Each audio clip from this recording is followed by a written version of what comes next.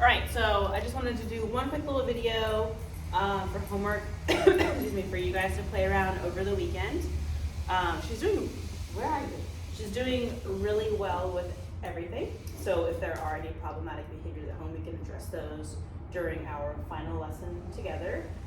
The one thing that I have noticed with her is her social level, which is, because she's a lab, it is really high. She's super, super social, which is a very great thing. We don't want, because we like dogs that are social. I just want to help you guys kind of hone that in a little bit so that it doesn't become an actual problematic behavior. For like, meaning if you're out and about with her, she's the entire time just dragging towards saying hi to every dog and every person, because that's kind of been her go-to with me. When we are in like pretty neutral environments, she's engaging with me, she's doing all the things that I like, and then she spots a person, and if they make eye contact with her, if she sees another dog, she checks out, and then the wiggles start going.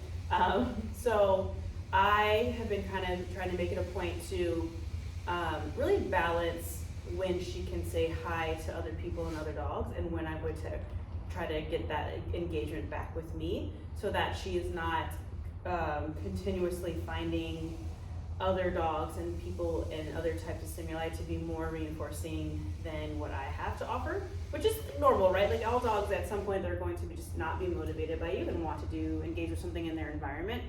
But how we handle that is important, so that we have a dog that is willing to work with us, right? So I use the yes marker. So yes means, hey, I like that, come take something from me. Typically what I'm going to do is I'm going to, as soon as she sees a thing that is potentially going to be the end of our moment together, I'm going to say Fergie, and then when she looks back at me, yes, pay. Ha. So if she does not look back at me, that is where we kind of want to add in some reliability through leash pressure, which is going to be light taps, and as we move backwards until she turns and moves back towards us. I don't want to do drags, because sometimes that can amplify her want to go see those things. And what happens is, because we add in a little bit of frustration, we make the competing motivator, sometimes we make it more reinforcing than it initially was, because there's this element of them having to try really hard to get to that thing, and then finally getting it, and they're like, wow, that felt really good, I put all this effort in. So, when we utilize, someone's doing some air out there. When we utilize negative reinforcement, it can really be hard to undo, because they learn that they try harder they'll eventually get the thing that they want. They will get to their reinforcer.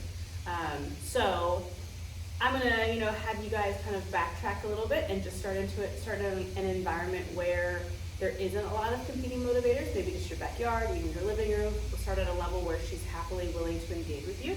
And you're just going to call her name when she comes towards you, yes, and then go to reach towards to give her a treat. It's important that we have that yes marker before any insinuation that we're going to be giving her food. I want her responding to the word and not the gesture of us giving food.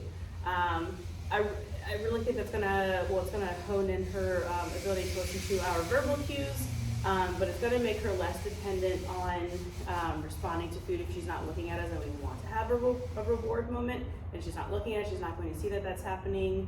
And also I want to really get away from bribery, where we're like, hey Fergie, like we're trying to get her attention by shoving food into her face. I want it to be, hey, pay attention to me, and if she doesn't, then there's a consequence by tapping her back into our space, right? So when we utilize bribery, where we're just kind of like, she's looking over there and we're trying to get her attention with food, we're really depending on her being motivated by, or finding food more motivating than the thing ahead of her, which isn't going to always be the case. Of course, she's food motivated, so sometimes that will work, but I want to build that reliability through leash pressure, so that way when we are in a situation where we really don't have much to offer, but that's just not an option, where she can't be dragging over to say hi to everybody, I want her to know what that leash is asking, so that it's less conflict.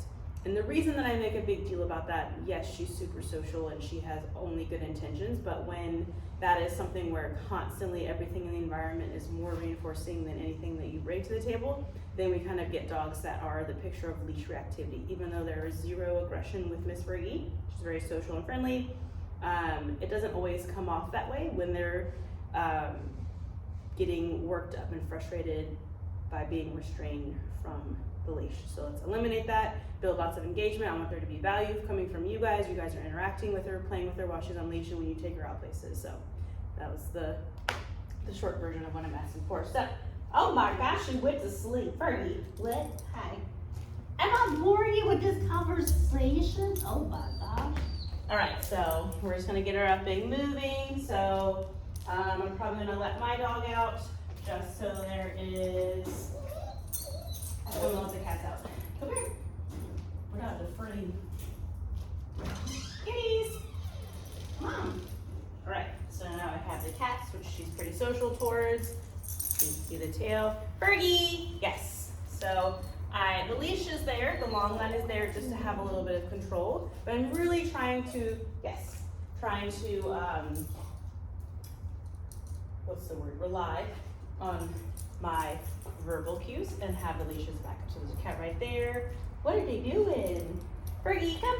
She's like, I would have done these exercises. Good job. Wasabi. Meow. Fergie, come. Yes.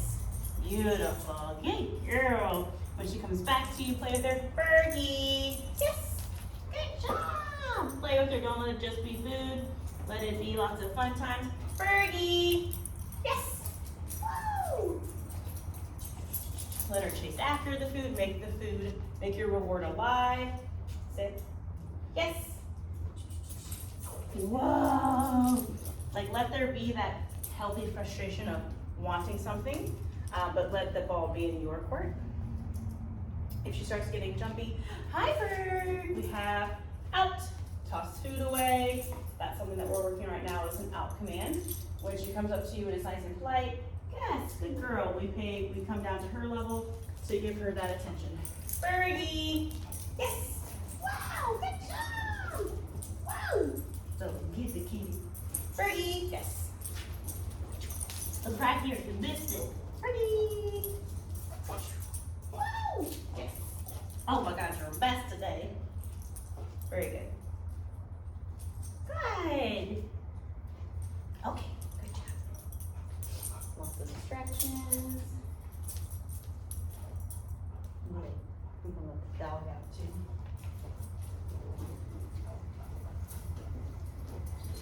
Come on, kitty. Whoa, a friend. Fergie, yes. Yeah. Fergie, yes. Wow, good girl. You want to yell at you? Fergie, yes. Good, good boy. Whoa. Good job, good girl. Okay. Fergie, yes. Beautiful. Okay. So with me, we've done this a lot, so she's willing to really move away from something that she's already interacting with. Fergie, yes. For you guys, all right, Cassandra, go back to your camera. So, for you guys, we're gonna backtrack a little bit. We're gonna backtrack a little bit to build up that relationship until she's ready for that. More ready for that.